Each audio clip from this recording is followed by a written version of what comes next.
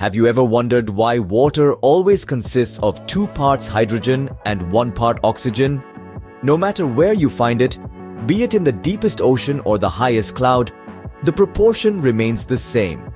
This is no cosmic coincidence, but a fundamental principle of chemistry known as the law of definite proportions. The law of definite proportions, also called Proust's law, named after the French chemist Joseph Proust, is a basic observation about matter. It states that a chemical compound always contains exactly the same proportion of elements by mass. This means that no matter how much of a compound you have, the ratio of its components will always remain constant. So, if you take water as an example, it always contains hydrogen and oxygen in a 2:1 ratio. You could have a drop of water or an entire ocean, but the proportion of hydrogen to oxygen will always be the same. It's an elemental rule that governs the very fabric of our world. Now, consider a diamond and a piece of charcoal. Despite their stark differences, they both contain one element, carbon. The difference lies in the arrangement of the carbon atoms. Yet, the law of definite proportions tells us that, by mass, both diamond and charcoal are 100% carbon.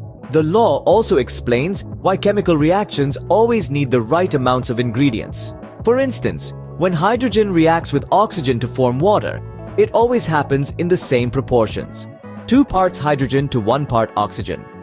Add too much of one, and the reaction won't complete. It's like a precise recipe that nature follows without exception. In conclusion, the law of definite proportions is a fundamental principle in chemistry that governs the composition of compounds. It states that a chemical compound always contains the same proportion of elements by mass, regardless of the amount of the compound or the source of the compound.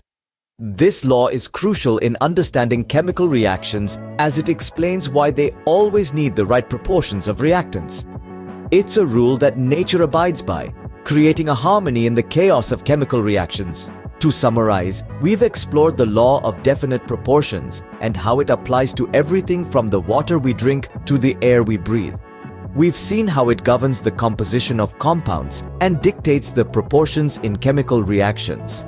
We've learned that the world around us, in all its diversity, follows this fundamental principle of chemistry, creating a symphony of elements in perfect proportion. So the next time you sip a glass of water or admire a diamond, remember the unseen law that governs their composition. It's a testament to the order that underlies our universe, a constant reminder of the harmony in the elements that make up our world.